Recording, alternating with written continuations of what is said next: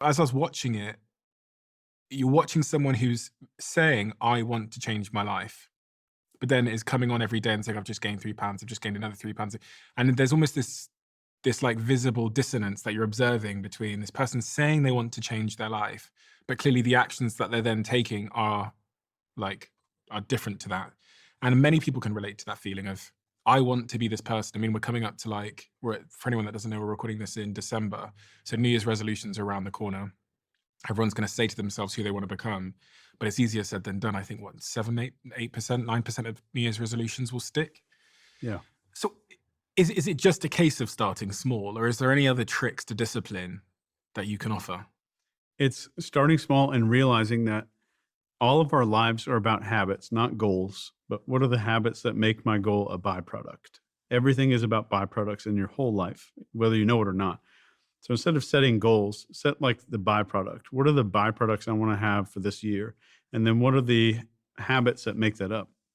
So what the big mistake most people make is they see somebody like you. You go to the gym very often. You probably eat really clean. I know you don't drink alcohol because I brought you a flask and gave it to your team. Oh, But bastards. They took it. they did. Oh. So somebody who doesn't live a very disciplined life would look at you and say, God, I want to be like Steven. He's got all this discipline. He's going to the gym. But they don't understand that you going to the gym isn't discipline. It's a habit. Mm. So you're not like forcing yourself to go do something. You're doing something that's a habit for you.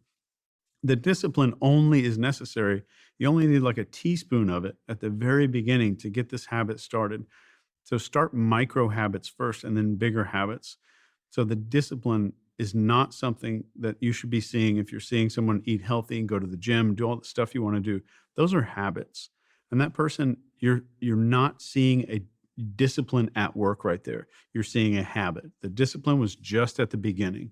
And I think if more people knew that you're just exercising a little discipline at the very beginning, and then that's just what you do. It's like somebody who sees someone brushing their teeth every day, like, wow, that's so much discipline. It's just what we do. It's a habit.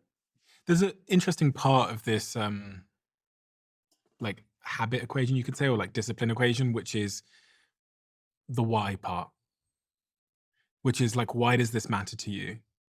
And is it important to get really clear on why this thing matters to you, whether it's the gym or like, because when was playing around with this discipline equation idea for my last book, and the kind of conclusion I landed at was that to be disciplined, you have to understand the reason why something matters to you. You can say that in other words. Yeah. Plus the psychological reinforcement you get from the pursuit of the thing, minus you could say, the psychological or perceived cost of the pursuit of the thing. So in the context of brushing your teeth, I think I know why it matters, right? Because if I don't, then I have to go to the dentist, my teeth fall out, I look ugly, whatever it might be. Yeah. Is it rewarding and fun to do? No, not really. And minus the cost of the pursuit, it takes 2 minutes, it's not that bad. But when that nets out, the why is stronger, thankfully, on net than the cost. So the behavior happens. Yeah. But the key part of this equation here is the why part. Like, it's not the key part, but it's a central part, is the why part. Why does the thing matter to you?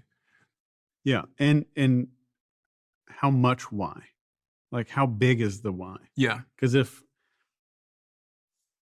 the why is I need enjoyment in the present moment, then no other why will be bigger. Mm-hmm. No discipline why will ever be larger. Mm-hmm. The only why will be, why am I eating these Cheetos right now? Or why am I drinking 20 beers every night? Because that's the only why. So I think once the why starts edging its way into the future, that's the moment where you break the discipline spiral and you get out of that because your whys are extending into time that hasn't happened yet.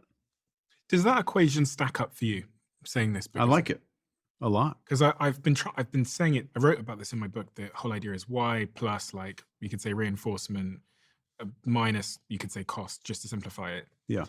But is there anything missing from this equation? Do you think? Is there anything?